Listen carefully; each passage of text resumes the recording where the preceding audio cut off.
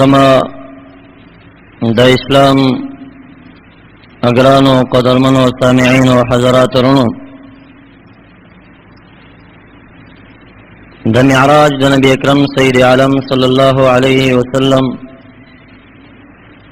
واقعا مسلسل وار د 100 هفتو رئیسی بیان شروع دی. هغه سلسله کی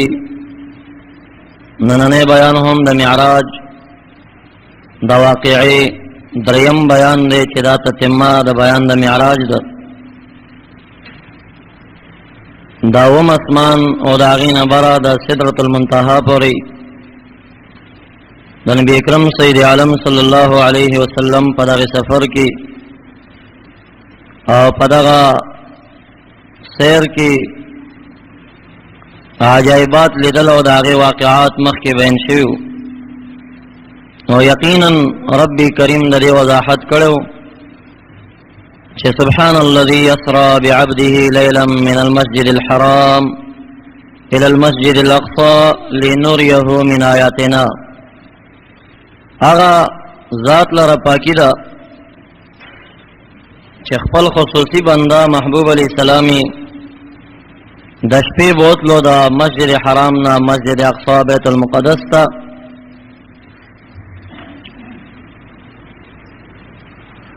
صد پارا لنوریه من آیاتنا.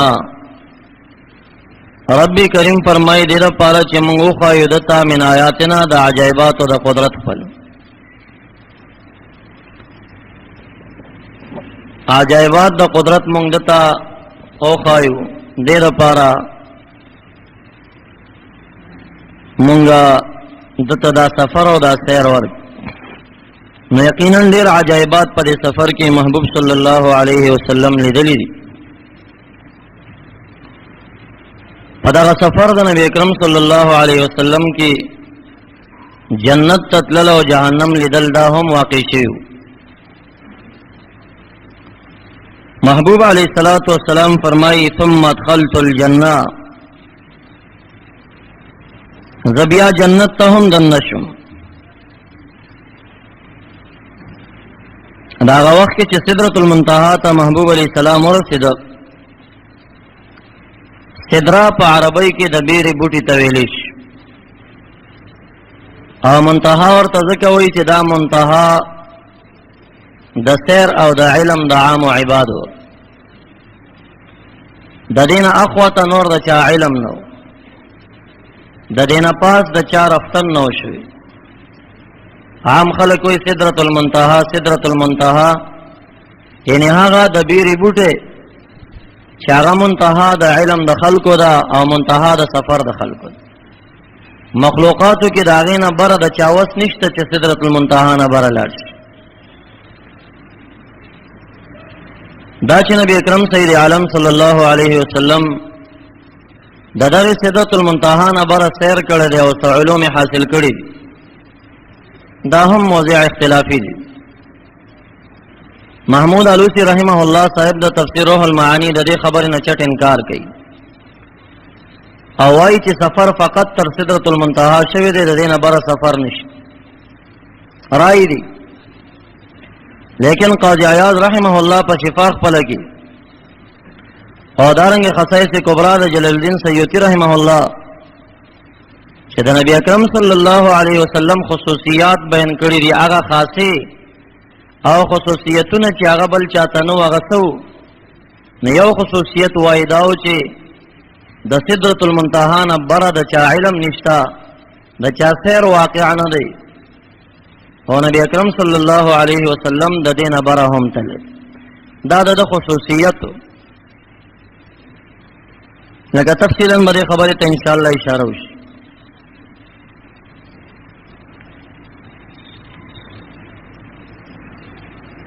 اوائی چې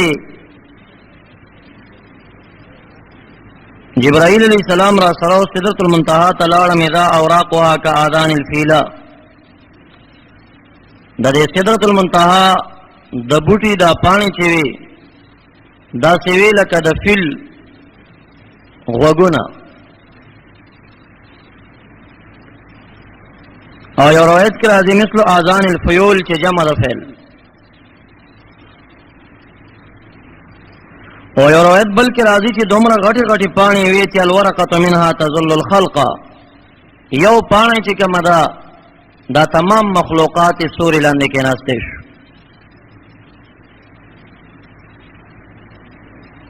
او روایت بلکې راځي تکاد الورقه تغطي هذه الامه، قریب و چې دا یو پاڼه د هغې دا تمام امت پټ کی، دومره غټې غټې پاڼې وي. او بل روایت کې راځي لو ان الورقه الواحده ظهرت لغطت هذه الدنيا، که یو پاڼه د هغې راښکاره شي نو دا تمامه دنیا به پټه کي، تمامه دنیا به یې ستوري کې راشي. نو دا چې نورو روایتو کې رالل چې دا دومره غټې پاڼې لرلې. او روایت اولا دا و چې په شان د غوږونو د فیلو، تطبیق اسانه دی چې تشبیه د غوږونو د فیل سره په غټوالي وړوکوالي کې نه وه، بلکې شکل یې د هغې په شان ته. باقي غټوالی دومره غټې غټې پاڼې وي چې د یوې پاڼې د لاندې تمامه دنیا ستوري ته کېناستی شو.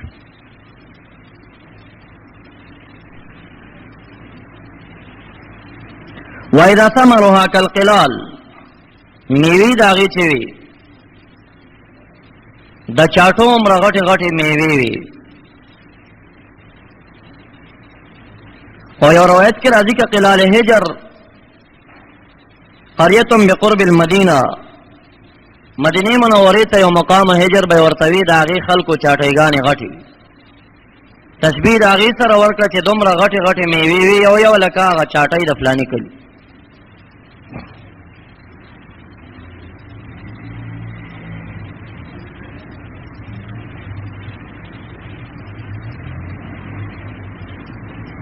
چې هغه یو چاټۍ د هغې 900 رطل بغدادیین، 900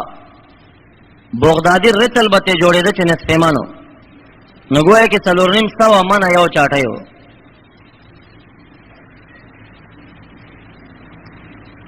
دا عجایبات محبوب وکتل. وای ثم ادخلت الجنة، بیا جنت ته هم دننه شم. علما چې قول کوي چې اسما جنت جوړ دی او بره دی، نو د دې ځای نه استدلال کوي چې په دغه سفر کې د سدرې د رسېدو نه بعد نبی اکرم صلی الله علیه وسلم جنت ته هم دننه شوي.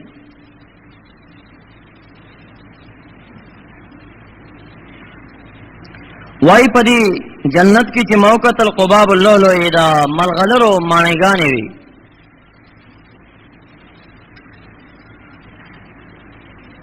اذا ترابها المسك ورمانها كالدلاء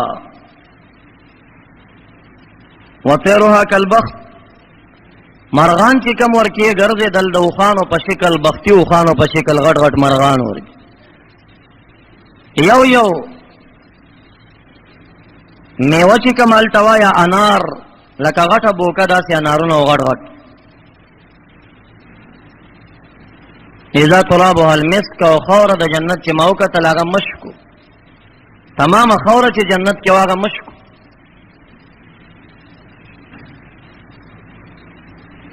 او ډېر عجایبات په جنت کې محبوب نور روایتو کې بیان کړي دي. بلال حبشي رضی الله تعالی عنہ توای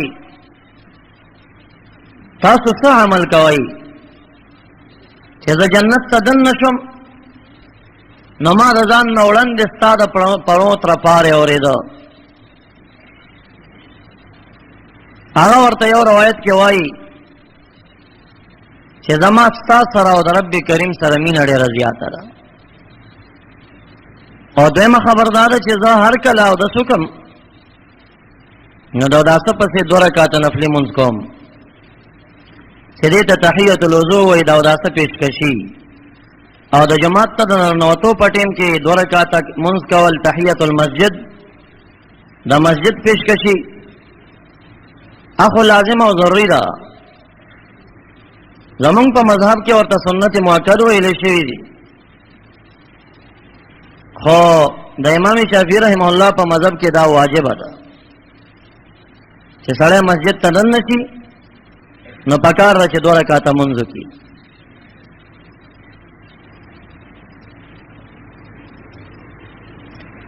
نو نبی اکرم صلی الله علیه وسلم ورته وویل چې دغه وجه ده چې تاسو د هر او د څه پسې 2 رکعاته نفلي منځ کړی دی، نو ځکه تاسو ته ما چې وکتل په جنت کې ستاسو د پاڼو طرفاره ایمان وړاندې وه. جنت کې ګرځېدلی دی، د بعضې صحابه کرامو مواضعین کتلي دي. وایي یو ډېره ډولي او ښایسته ماڼۍ وه، ما تپوس وکړه چې دا د چا ده؟ ما ته وویل شي چې دا د عمر فاروق رضی الله تعالی عنه ده. محبوب وایي زړه کې مې راله چې ځم د عمر فاروق رضی الله تعالی عنه دا ماڼۍ ګورم جنت کې. وایي چې په هغه اړخ ورتلم، ما چې وکتل د ده هغه حوره ولاړه وه په دروازه کې، ډېره حسینه او جمیله وه. وایي ما ته حیا راله چې عمر فاروق رضی الله تعالی عنه ډېر غیرتي دی، ډېر غیرتي دی.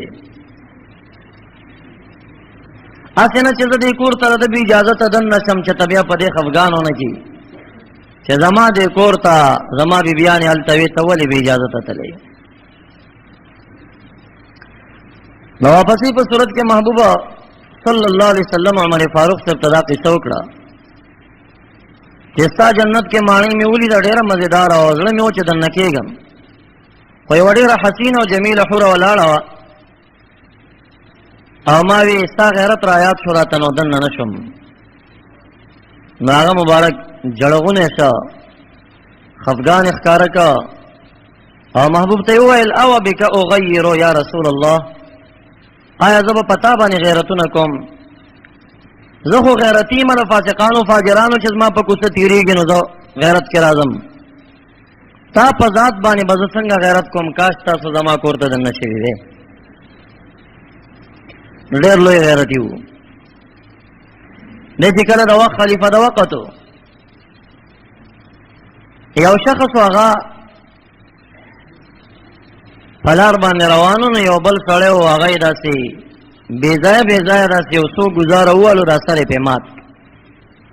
څه زنانه هم روانې وې هلته. هغه راغی شکایت یې وکړ.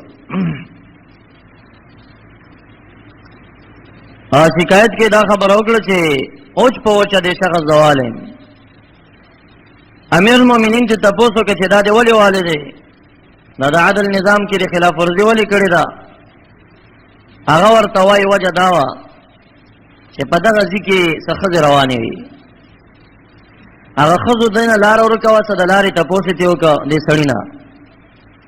نو ده چې ورته جواب ورکوه، نو دا ژبه یې ډېره پسته کړه، ډېره په نرمۍ جواب ورکوه، ډېر په مینه. پیمه وي چې دا ډېر بېکاره سړی دا چې ښځو ته چې ژبه پستوي که نه، نو بس ما سره امسا وه، یو څو مې لګاو. نو هغه ډېر غیرتي وو.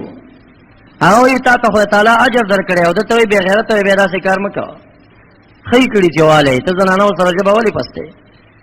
زنانه په لار تلې لار تېرو کوه، تا نه یې تپوس وکړه، په سخته لهجه به دې ورته ویلي وو چې د هغې زړه کې کم منافقت وی به هم ختم. تا یې له ژبه پسته کړه. دا بعضې خلکو کې دا مرض وي چې هغه که زنانه تپوس نه وي کړی دی به پې اواز کوي خورې کم خوا روانې که نه. دا د خورې اواز چې کوي که نه دا پردی چې ځان ته خور کوي دا خپله منافقي ده کې مرداري د نفاق وي. نو زنانو سره ژبه نرمول دا ډېر بېکاره مرض دی.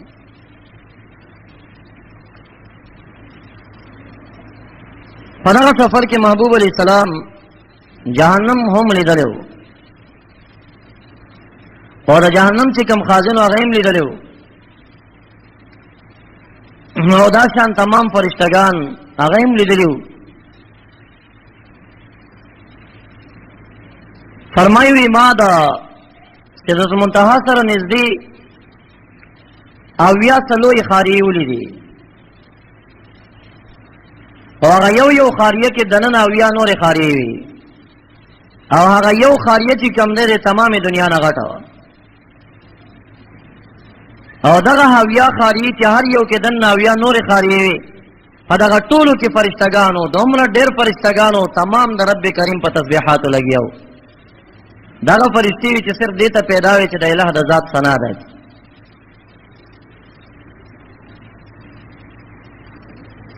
په جهنم کې مشخصاً بعض اشخاص هم روایتو کې ثابت دي، د هغوی حالات هم بیان کړي. او کله چې سدرۃ المنتهى نه بر روانګي کیږي په قول د هغه علماء باندې چې هغه د دینه بر د خیر قول کوي.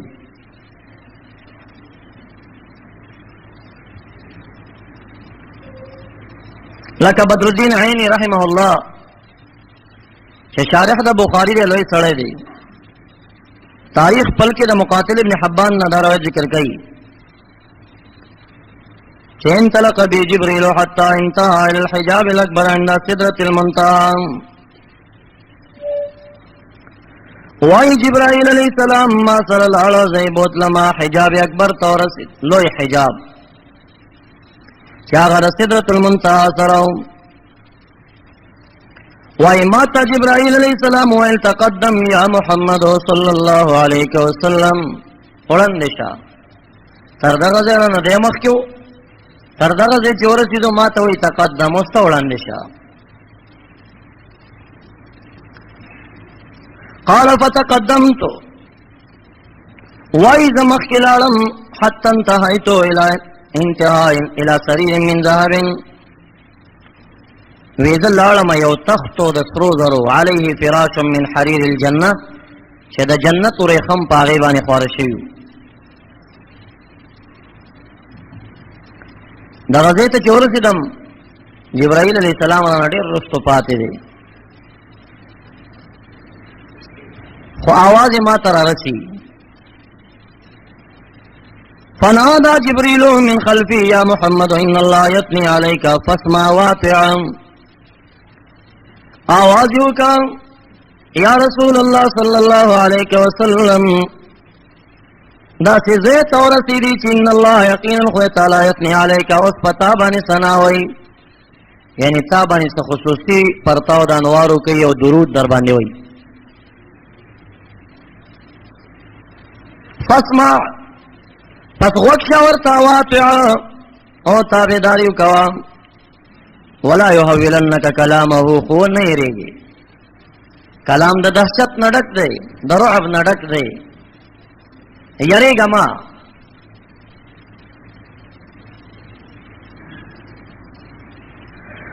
محبوب علیہ السلام فرمائی چې ما تزړه کې داراله چې رب کریم په ما ثناوي نو حق داله چې زور باندې ثناویم فبدأت بالثناوي اول ما ثنا شروع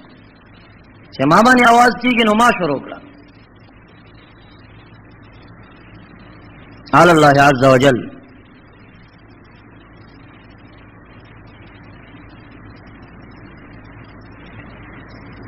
خو بیا مو محبوب باندې داسې حال راغی چې جبرائیل علیہ السلام ډیر لري ته پاتې دي تر دې ځای خو مرګره اور سره. محبوب ورته وایي په مثل هذا المقام يترك الخليل خليله. آیا داسې سخت دي کې مرګره پرې دي دې ته ورسوله مسره نه پاتې شو. قال ان تجاوزت احترقت بالنار. هغه ورته ولاړ دی وی کلک در مخ کې شم سوځېږم زمان اور وس نشته کلک در وړاندې شم سوځېږم نور.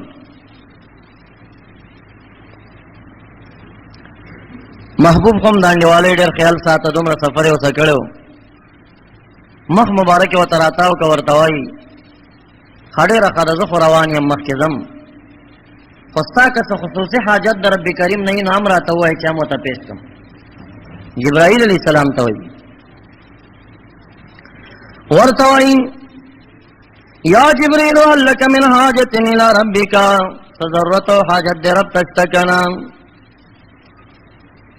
قال يا محمد صل الله عز وجل لي أن أبسط جناحي على الصراط لأمتك. اے محبوب علیہ السلام ضروریات میں ډیر دی خو ماته پل صراط معلوم نه چې ډیر نری دی او ډیر سخت سفر دی او ستا امت به په هغې باندې تېرېږي. نو زما حاجت دا دی رب کریم نه زما لپاره داسې دعا وغواړه چې جبرائیل علیہ السلام د ارمان لري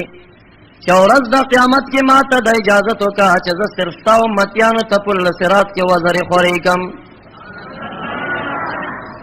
دغه راته وغواړه صلی الله عز وجل لي ان ابسط جناحي على الصراط لامتك پل د صراط باندې ستاو مد د پاره زو وزر خوريکم دا دعا را تو غواړه چې دا ما ته خدای تعالی د اجازه ته حتا يجوز عليه تر دې چاغي ور باندې تیر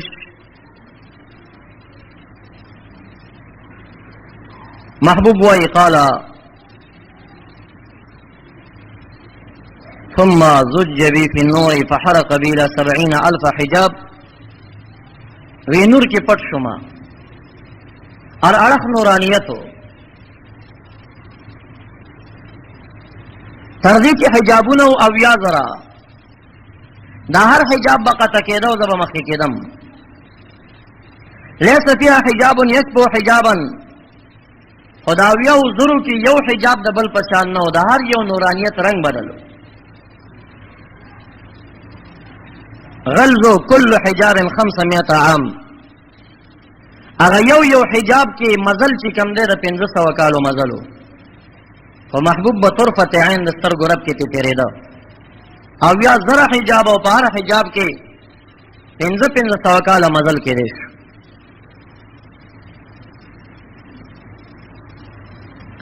فرمائی وانقطع انی حس کل ملکنا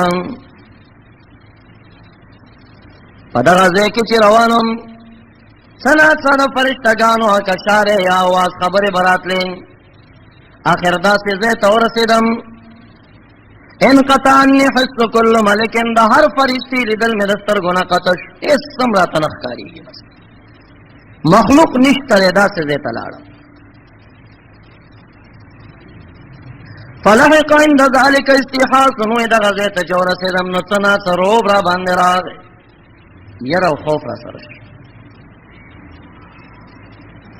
فعند ذلك نادى مناد بلغة ابي بكر رضي الله تعالى عنه قف ان ربك يصلي واذا سيدت چورسدم یو ناسا پد غائب نہ سڑے خکاری نہ آواز را باندې کیږي خو آواز ته چې ګورم نو آواز د صدیق اکبر سے پشان آواز د صدیق لکه د صدیق سے بواز آواز را باندې کیږي تف اودرېګا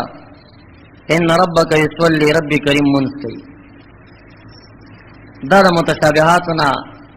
په حدیثو کې د معلقات او حدیثونه دا حدیث چې علما حیرانیږي ورته چې محبوب ته ویل انتظار وکړه ربی کریم منسکی نو ربی کریم هم نه کوي دا حدیثو کې راغلی دا چې قف ان ربک یصلی او درېګ ربی کریم منسکی یو نقل صحیح نقل کوي زما خبره پورا نقلوي ان شاء الله غلطه بنئ زره دې خبره جواب کوم نو چې دا څوک نقلی به هم نقلی د نبی اکرم سید عالم صلی الله علیه وسلم د وفات نامه کې ما د احیاء علوم الدین د امام غزالی رحمه الله د قول نه یو روایت نقل کړو چې محبوب کله وفات کا نو د مخ کې نو وصیتونو کې ویلو چې وفات شوم ما نه به اوځي اولا چې په ما باندې منځ کین او هغه رب کریم دی نو ما دا ویلو چې رب کریم منځ نه کوي مراد د دې منځ خصوصي د رحمت نزول له رحمت په وری نو ډېر منافقانو بی دین خلکو هغه ټکی بیا پټ کړیو بیا دا خوار کړیو چې دا د سیمولار شوای چې رب کریم منځ کوي نو دا خبره پورا کوي دا خبره زمانه ده نبی اکرم صلی الله علیه وسلم امت توای چې आवाज را باندې وشو کیف ان ربک یصلی هغه خبره زما عیب ولی بیان هغه خبره خدای نبی اکرم صلی الله علیه وسلم وا چې اول په ما باندې را سرا لکا مالنگ دلتا کرالم لاشم دخبل مور بدو بارنگ دلتا کرالم لاشم دخبل مرس پگمئی داستا رخصار تنرسیگی استاد حسن سو مقدار تنرسیگی بہارون خزانونا بڑیر راشی مدینه داستا بہار تا نرسیگی اکی سر بتاوستا تکی سخوانی شاعتا پکاباڑی بازار کی پال سنت والجماعت کے سٹ مرکز کے تفیض اللہ و اسد اللہ سرا ہر ساتھ ملاوی گی محتنا را سرا لکا مالنگ دلتا کرالم ربک یصلی ادرېګا رب منځ کوي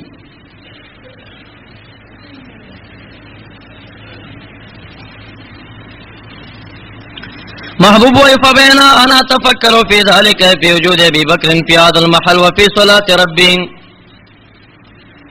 دغه ټیم کې زه په سوچ کې هم دوه شیانو کې، یو دا چې دا صدیق صاحب د اواز چې راغی دې دلته څنګه را رسېدلی،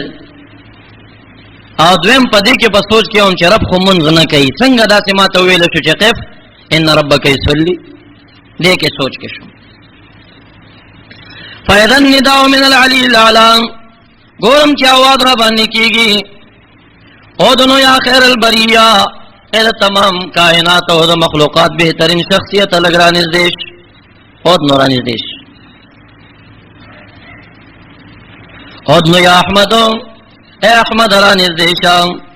اودنو یا محمد صلی الله علیه وسلم. فادنانی ربی وای ربی کریم نږدې کړم ځان ته، حتی کنتو کما قال عز وجل، وی اغس شمل کا رب کریم چی ویلی ثم دنا فتدلا فکانا قاب قوسین و ادنا، نزدې شو پس خ نزدې شا، قاب قوسین و ادنا ترجمه کې کنه نوزم نو تاسو به پوهیږئ نه، بس سکوت باغی کې حکم یو عمیقه خبره ده.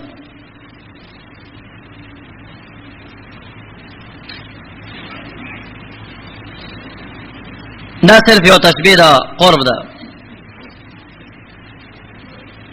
او دا خبره چې دنا فتدلا نه څه مراد دی،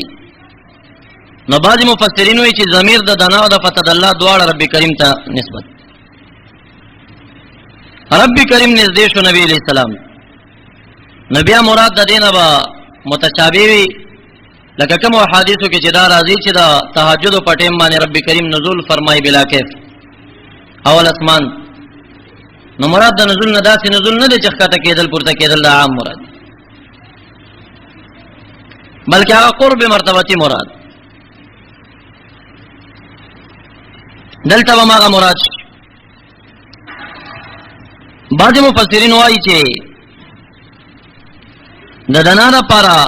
ضمیر براجی شي جبرائیل علیہ السلام ته، او تدلا ضمیر براجی شي نبی اکرم صلی الله علیه وسلم، بیا نږدې شو جبرائیل علیہ السلام نبی علیہ السلام ته، فتدلا په معنا د فسجد لربه سبحانه، نبی علیہ السلام سجده وکړه، ټیټ شو سجده وکړه، شکرا. او بعض علماء وایي چې ضمیر د دنا نبی علیہ السلام ته راځي، او ضمیر ته تدلا چې کوم دی دا رفرف ته راځي دی. ثم دنا من ربي سبحانه وتدلى الرفرف لمحمد صلی الله علیه وسلم، رفرف نبی علیہ السلام ته ټیټ کړی شو، دی په باندې کېناستو، په سرعت هغه مقاماتو ته ورسېد.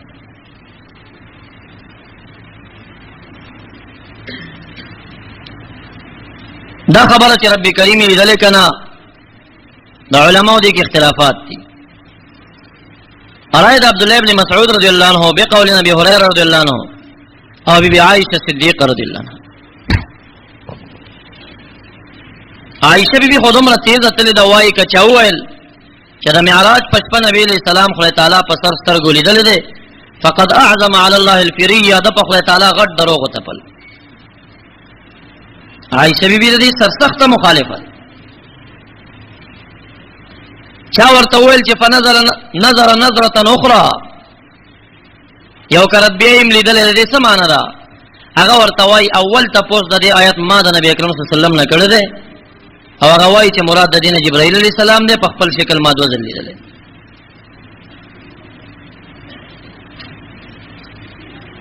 قول د عبد الله ابن عباس رضی الله تعالی عنہ دا دی چې رؤیت شوه دی، خدا رؤیت قلبی دی، د زړه په سترګو کشفن لیدل شوی دی، لکه جبرائیل علیہ السلام فرمایي، روایت د دارمی دی، ان لقلب النبي صلی الله علیه وسلم عینان بصیرتان و اذنان سمیعتان، د نبی علیہ السلام زړه دوه سترګې لري چې دل پې کوي، دوه غوږونه لري چې اورېدل پې کوي، نو دا لیدل شوي دي خدا د زړه په سترګو. دلیل ور باندې دا آیت دی چې ما کذب الفؤاد ما رأى،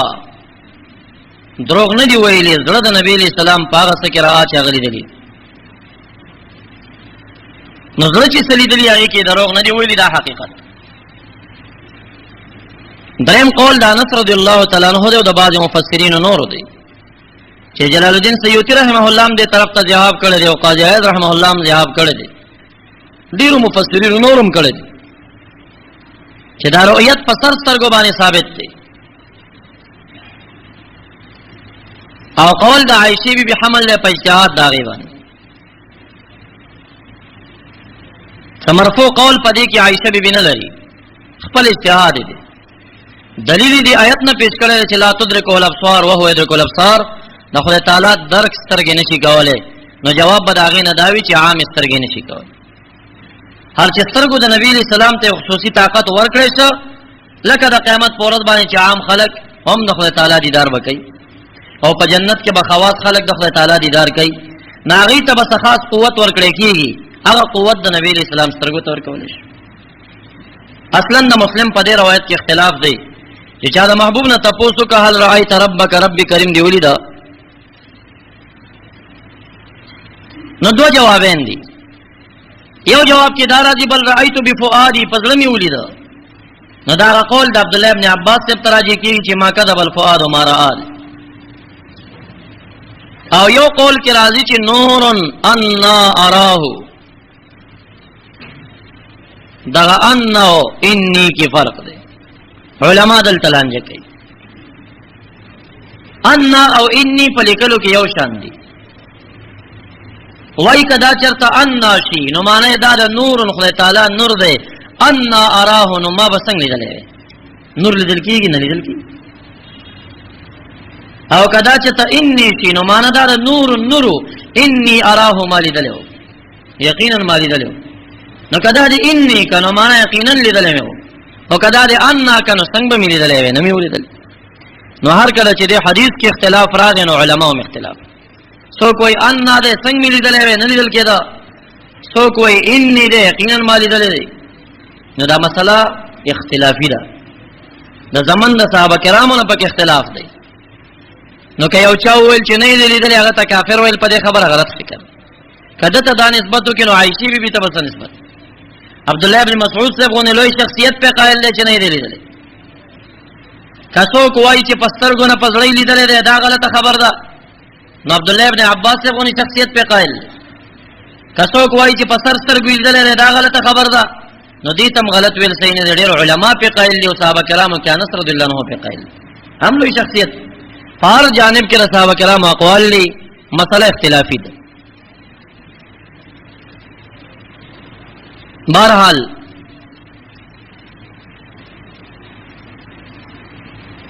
رب کریم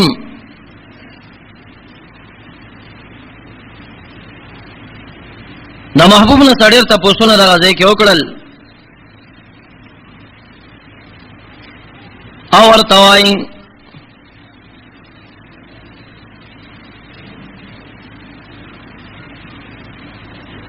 انا الغنی انا نصلی لاحدنا، زغنی بے پروا ذاتم د دینه چې چاته منځ کم زمونځ نکوم. جواب اوس ملاویږي، دیکھو حیران دی. وانما قولوا سبحانی سبحانی سبقت رحمتي غضبی، وی زما منځ دا دی چې زوایم پاکی مال رضا پاکی مال رضا، زما رحمت زما په غضب باندې مخ کې دی. غضب هم مشترک، رحمت هم مشترک، خو رحم می په غضب مخ کې شوی. پیدا زما مون چې دا وایم دغه مې مونږ دی. باقي وایي داسې اواز را توشو چې زدا منځونو ته ضرورت نه لرم چې چاته سجدي لګو، خو زما مونږ دغه الفاظ سبحانی سبحانی سبقت رحمتي غضبی، رحمت می په غضب مخ کې دی، مال را پاکی ده مال را پاکی ده. او یو روایت بلکې راځي چې دایره ته وویل چې کله ډیر زیات د مخلوقاتو خلاف ورزین وګورم نو جلال کې راځم ما ته غضب راشي، وی به چې دا الفاظ وایم وی به مې غضب سوړ شي چې دا خو ما فیصله کړې ده چې ما رحمت په غضب باندې مخ کې دی، نو بس غضب رستو کوم کنه. وی دا عالم د کارونو ته چې وګورم نو قابل د دې چې زلازل او زلزلې پیرا ولم ختم کم دا مخلوقات دنیا لري کم. نو بیا هغه مون خو نور مون داسې مون نه دي چې ګنې سجدي لګول، بلکې دغه الفاظ. نو د قف ان ربک یصلی دغه معنا ده، او که یصلی په معنا د یصلی علیک سره شنو بیا خپل معنا بلم روزي. او درېګا رب کریم یو خصوصي انوار در باندې القا کوي چې د دې دراتلو هغه طاقت پتا کې پیدا شي. کم جو صوفیہ حضرات دې طرف ته اشاره کوي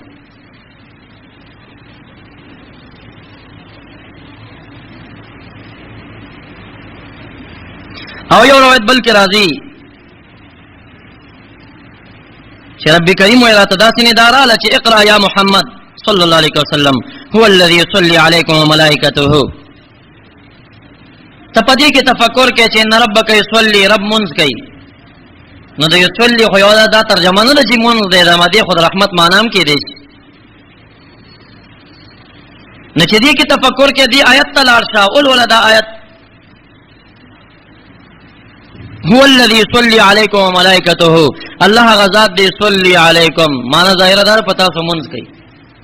صحیح ترجمه صدا تاسو باندې رحمت ورای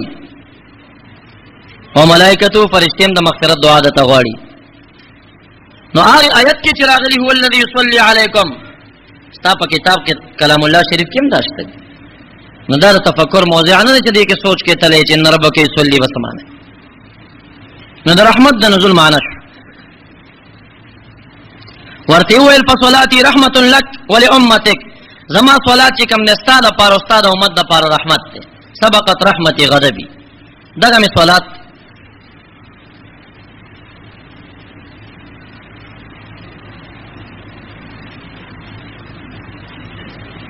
او دا چې ودا تا باندې کم आवाज راغی او تا دا فکر وکړ چې دا आवाज د صدیق ته پہچانو، پدې کې سوچ کې لاړې تفکر دی وکړه. ودا وجه داوا چې ما موسی علی السلام سره کلم کلیم ګرځاو ندامه په وکړه، وی هغه چې دا دومره مخلوق څومره وي او امسا ور سره ودی سره ډیره مینا و. نو ما دا محبوب چې تاسو ته وکړه چې ما تل کې به یمینی کیا موسی وای دا غمسا کې مینا لاړه، نو بس صفاتونه شروع کړه یا عصا یا زمام ساده اتوکل علیها تکبکما واهش بها لا غنم یو غډاو ته په پانی راتندم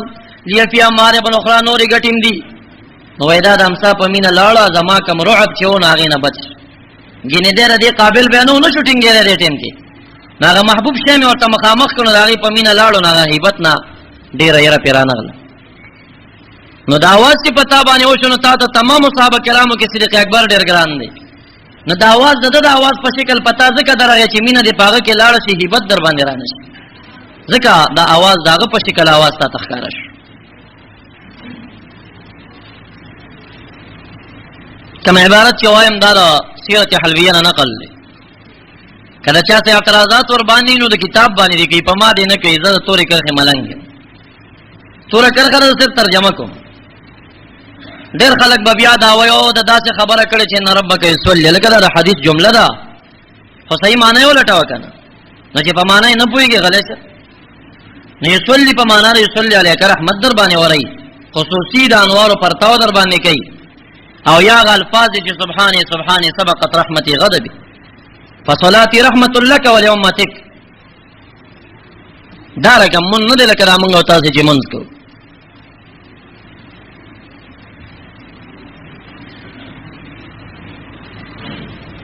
وای چې رب کریم ته ویل یا محمد اين حاجه جبريل، خپل د امت او د ځان حاجتونه را ټول د مخ کې کړه. پلار کې جبرائیل علیہ السلام هم ته یو ضرورت ویلو چې زما دا پیشکش موکا اچر ته خو نو وای راته. نو محبوب سره خو د خپل امت مینه د جبرائیل علیہ السلام د مینه نه خو سره دا ډیر وکړ. نو په ځای د دې چې د جبرائیل علیہ السلام هغه سپاره چول وړاندې کړي نو امت قصې وړاندې کړي. الہ ورته وای تا باندې یو خبره جبرائیل علیہ السلام هم سپارلې و اسنګ وا وای ما ورته اللهم انك علم تا علم نه ته په خپوي دا کولو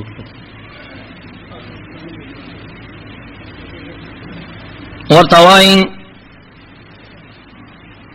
تخ عالمي تا ته پته و چې ما ته جبرائیل علیہ السلام سویلیو دا درته ویلیو چې د قیامت پر ورځ پل صراط ډیر نه لري، ما ته د الهي اجازه تو کې چې خپل وزر د نبی علیہ السلام امت ته خور کما. فقال يا محمد قد عجبت فيما سالم ولكن في من احبك وصحبك. جبرائیل علیہ السلام ته واپسې کې داسې وایا تا چې کوم ارمان پزړه باندې ده دا ارمان ما قبول کا، ورځ د قیامت کې بزستا وزر تا ته اجازه تو کم خو یو خبره ده وزر بدا هغه چا د پاره غوړې فی من حبک چې تا سره ډېره مینه وي چا چې په امت کې تا سره مینه وا هغه خلکو ته به وزر خوري وصاحبک او بل هغه چا ته به خوري چې ستا صحابه کرام دی او تاسو صحبت کړي ستا صحابه ته به خوري او ستا په امت کې بستا عاشقانو ته خوري او چې تاسو مینه نه وا ستا مینه ته شرک او بدعت ویل بیا ورته اجازه نشته هغه ته به نه خوري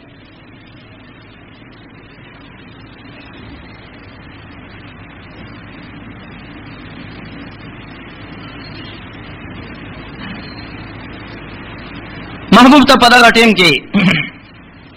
ډیر القاګانی شوی دي فاوحى الى عبده ما اوحى بنده ته وحی وکړه ما اوحى هغه چې وحی وکړه کنه دا کثرت نه را سړیر څو وحی ورته وکړه او سړیر خبري محبوب ته خودلې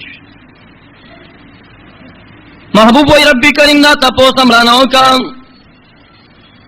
چې په مختصم الملولا لا دا ملولا لا جګړه پسګي کین ما ته جواب یاد نو ما ورته الہ تاسو پويږي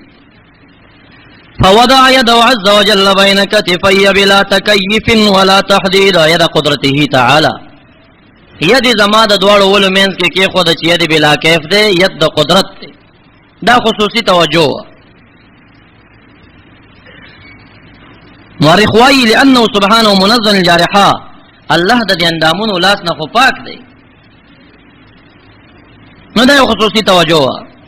فوجدت بردها بين صديا نبی علیہ السلام وی د دې دوړو سينو په دې مینس کې می یخواله او اثر پیدا شو چې لطیفه یخفا ده روایت د دارمی کی راضی فعلمت ما فی السماوات والارض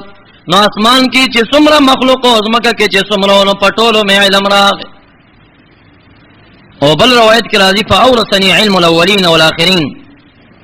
علم الاولین والآخرین دا اولین و آخرین علم را رب کریم راکا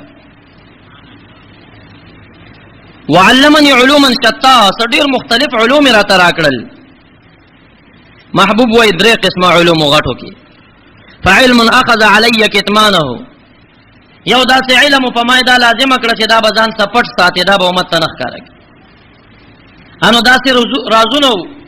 چې هغه امت په خبرم نه دی نبی اکرم صلی الله علیه وسلم ته دا علم اذ علم انه لا يقدر لحمل غير نبی علیہ السلام دا سه علم چې زمانه سیوا په انسانانو کې داغه د بارولو طاقت چا سنو اما ځان سپټو سات وعلم خيرني فيه یو علم بلو چې هغه کې خدای تعالی مخیر کړم ما ته یو ویل چې خو خري کومت ته اعلان کین اعلان نو هغه نبی علیہ السلام علی العموم خلق ته نه دی ویلي پټو پټو کسانو ته ویلي دي لکه صداغینه حضرت علی صاحب ته ویلې شو صداغینه حذیفه صاحب ته ویلې شو صداغینه صدیق صاحب ته ویلې شو خاصو کس هغه د علم باطن د تکوین شق د کم چې خضر علیہ السلام په کار کوي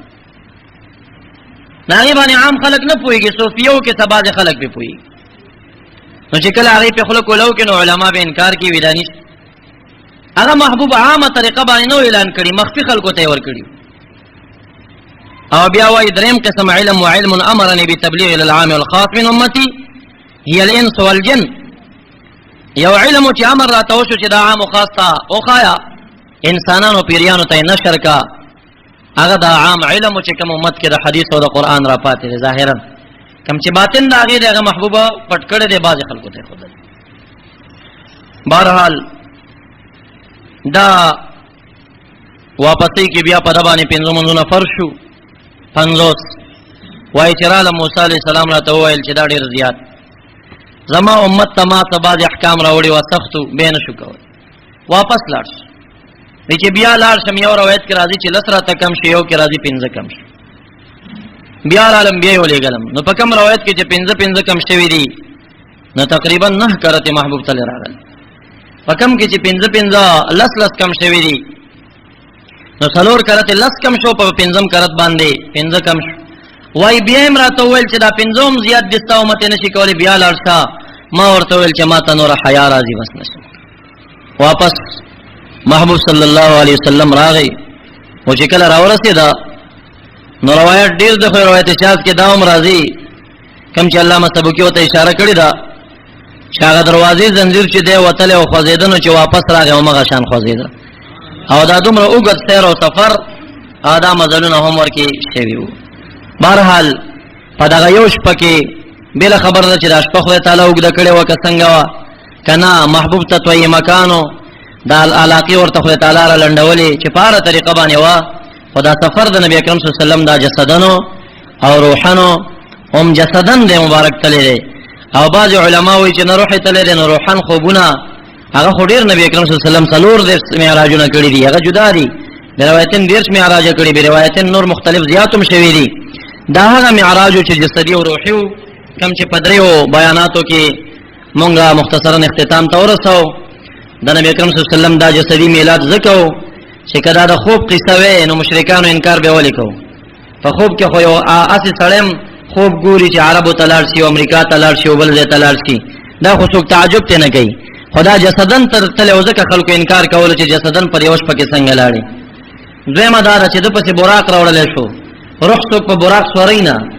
نو کدا جسد نه نو براق څه د پر راوړل کېدا چې دا سه براق په حدیثو کې راځي وي د په سور شوم او دا سه تیز او دا سه مزل به کو نو که جسد د نبی علیہ السلام پر براق باندې سور نو روح خو سوريږي نه